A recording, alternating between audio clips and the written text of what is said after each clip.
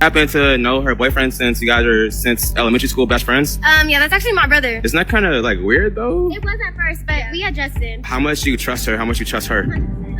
Have you guys swap phones and check each other's most recent messages? So I'm just trying to see if you're loyal to the brother. Is that okay? Yeah, that's alright. Wait, hold up, wait, why you going through your messages? Why you going through your messages? All right, swap the phone then. Go through her most recent. Devon. Who's Devon? Devon is my friend. He lived back in LA. Girl, you just got his number. It says that you just texted him yesterday. That's your first messages. What are you talking about? What do you really? What do you mean? What do you? Wait, hold on. You see what's happening here? That girl's dating her brother. They did a phone swap. Now they seeing about other dudes. These chicks are not loyal. They need to always be in communications with different guys because different guys make them feel superior whenever they are being weak. When they start putting on the fake butt, the fake titties, the fake hair, the fake all that, they would never be happy with themselves. This is why they talk to multiple guys. It's to feel pretty. Okay, so why didn't you come out with me last night then? Because I wasn't feeling good. We're supposed to be in Vegas, just me and you. All right, but we went and ate that nasty food. Now I felt sick. But you didn't tell me you was feeling sick. Grab her phone. Grab her. It was really good last night. And you got that wet. Like what? But if I was to call my brother right now, then what? Wet emojis. I'm gonna call my brother right now. Yes, I am. Hold up. Got the wet emoji. Yeah, when a man says that she got that wet, that means he was drowning in it. But that wet also means it's loose. Jaden, why is Chloe cheating on you? Why was she cheating on you last night with some dude named Devon? Yeah, she cheated. No, I didn't. Why are you lying?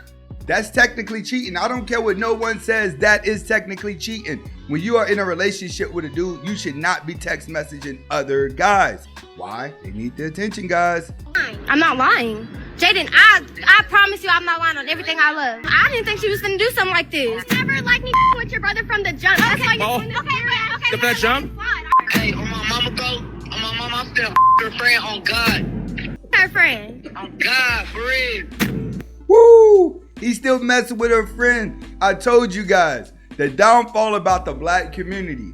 They listen to rap music and then they alternate their real life to fit the rap music. That's one thing you're gonna notice about blacks. Whatever comes out of the rappers' mouths, whatever they're going through, the fairy tales that they portray, the community listens to it and then they change their life to fit the music so the music sounds more real. Yo, why'd you do that? She's always felt some type of way about me with her brother. Explain the messages. I saw the messages too. The wet emojis. I saw them. The wet emojis.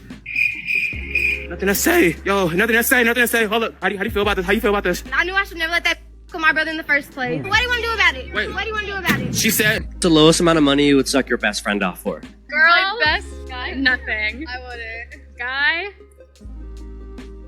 Oh, no, I don't have a best I'm in a friend. relationship, so no money either. Then what if you weren't though? I've done it, so free. You're a great best friend then. Yeah, I am. Okay, so y'all do drink nut, right? Yeah, everybody swallow. Okay, we just say swallow, drink nut. Nasty, y'all be freaky. doing some nasty, like y'all do some shit that I never heard of. Like what? We need examples. Ooh. Okay, so y'all do drink nut, right? Yeah, everybody Yeah. swallow. Okay, we just say so- swallow, drink nut sound Like, nasty. Drink nut does sound It's nasty. not nasty. I actually But was thinking about we what say she said. swallow. I swallow, I don't drink nut. But go ahead. But I'm looking. This is the conversation of middle-aged women who have hit the wall. After a woman has hit the wall, you notice they always love to talk about the bedroom. The reason why they love to talk about the bedroom is because that's the only power that they don't get. What do I mean? Women are not really inventors. They don't really hold simple conversation. It has to be about sex or it has to be about relationships because both of those place you inside of an emotional situation.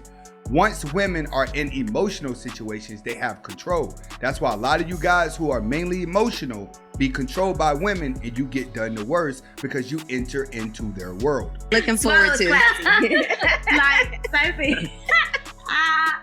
It's just so corny to me. Oh my god. Boy, it's like I'm scared. it's some weird shit. But okay, Sophie, we just got done eating, right? Don't worry about it. No, just it's you too far in now. Yeah. Alright, so Sophie, we just got done eating, then we got 6 right after. And some food, I'ma still eat it. So if you been know, like none of my food I'ma eat. It's like dressing. I like It this on my is. fries real quick and I'm gonna eat it. None of my fries. That is crazy. I've never. She said that if her man nuts on her food, she's still going to eat it. You guys have to understand, women don't realize they're doing anything wrong as long as another woman is around to applaud. And if it's an older woman that's sitting around waiting to applaud, then the younger girls think what they're doing is not bad. Why is that? Because they always assume that they have control. 1, non-reciprocal energy. You hear a lot of women in the dating market saying when the right man comes along, you will not have to try. And although it's true that you won't have to try too hard, there's a difference between not trying too hard and not trying at all. You don't have to be thirsty. You don't have to come off desperate, but no man wants to be pursuing a woman that they feel is not giving them the same kind of energy in return. Number 2, unrealistic financial expectations. Somewhere in the modern dating market, we have communicated to women that it is totally acceptable to expect a man to pay for their hair or their nails for a first date, or to even go as far as to ask a man they barely even know to help them with their bills. Feeling entitled to lavish treatment or financial assistance from a man that you barely even know that's still trying to get to know you is an extremely unrealistic expectation. And one thing that I want you guys to understand, and this is facts, when a woman is in front of you and she's giving you unrealistic expectations, it's because she's not interested in you. It's that simple. Women have unrealistic expectations to the guys that they do not like because they're telling those guys, if you want me, you have to do all this stuff. You pretty much have to pay for it. It's what she's saying in order for her to give you the cat, because at the end of the day, she knows all you want is the cat. She's willing to give up the cat. You just have to pay for it. Women do have a price because their natural nature is hypergamy. They're going to always be looking to elevate up. But keep in mind, when she likes you, her expectations would not be unrealistic because she'll be adjusting herself to for you to like her. That's what you have to understand. A woman's standards goes out the window the moment she likes you, the same way a man's standards go out the window when he know he about to get some cat. And social media has done a really bad job of making modern women think that that behavior is normal. Let me be clear. There's nothing wrong with wanting a man who's financially solid, but no man wants to feel like they're your walking ATM. Number 3, immaturity and uncontrolled emotions. Immaturity, uncontrolled emotions, acting crazy, all of that has been rebranded recently as being toxic. And there are a lot of social media channels out there that actually glamorize being toxic and encourage women to engage in this kind of behavior. When good men get a sense of that behavior, you lashing out, blocking their number, cursing them out, they either just stop taking you seriously from that point forward or they don't tolerate it altogether. And she's right.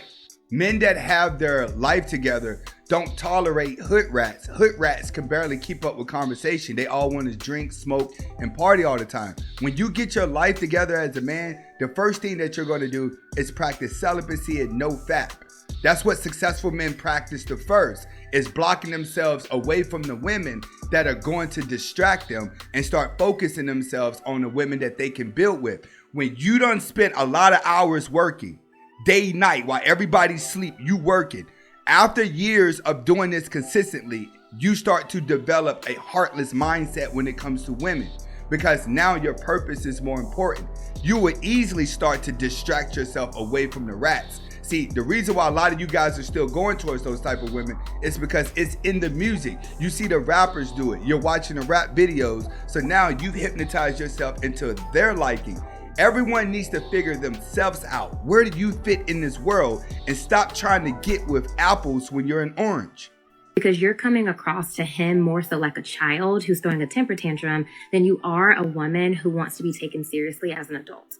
Number 4, probably the most controversial one of all, being too masculine. A lot of women will shy away from being feminine now because of the negative connotation that's associated with that in modern society. Whether you like it or not, the reality is that men like feminine women. Now, this is the part in the story where a lot of women will say, well, it takes the right man to bring out that feminine energy. Although that is where I'm going to have to agree. I'm going to have to agree with you.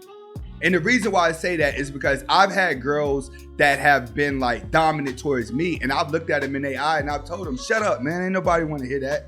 And they instantly become feminine. They say, Anthony, I didn't mean it like that, or Anthony, I didn't. All I say is shut up. I don't feel like talking about that. In a lot of cases, just show a little aggression back. When you stand up for yourself, that woman's going to turn into feminine nature. That's what a lot of guys have to understand. You're scared to raise your voice. You're scared to voice your opinion. You're scared to say these things because you're scared of the backlash. That's why when you come online and you see women backing you up, men gravitate towards the women that is doing red pill content because those women are saying what the man wants to say. But a lot of you guys, you got to stop vicariously living through red pill coaches. You can't live through us. At some point, you're going to have to be the one saying this stuff out of your mouth to the women that we're saying. So I do think that there are some points of that are true. Overall, I don't really agree with that. I think that as a woman, you either embrace your feminine energy and you walk in that, or you just haven't tapped into it. There are so many women in the modern dating market who have hardened themselves to steal because of the negative experiences that they've had with men. Blocking your feminine energy is often a defense mechanism for a lot of women so that they don't get hurt in the future. But don't let the experiences of the past turn you bitter. The reality. This goes for guys too. You can't be bitter all the time because the girl that played you is going to mess around and get played by a guy. You have to correct yourself, correct what you did wrong, and make sure you go into the next relationship with your eyes more open. The reality is, ladies, that there are two sides to every coin. And if we're going to talk about the bad traits of men, we also have to acknowledge and take accountability for the bad traits we have in ourselves. And she's absolutely right. I think that the world is changing. I see like now in 2 to 3 years, the red pill is going to play out a little bit because right now it's pretty much oversaturated. Everyone gets it. The only thing now is men have to understand, regardless if the women get it or not, they're still going to always chase the guy who's on a higher status, who does more with his life because their true nature is hypergamy.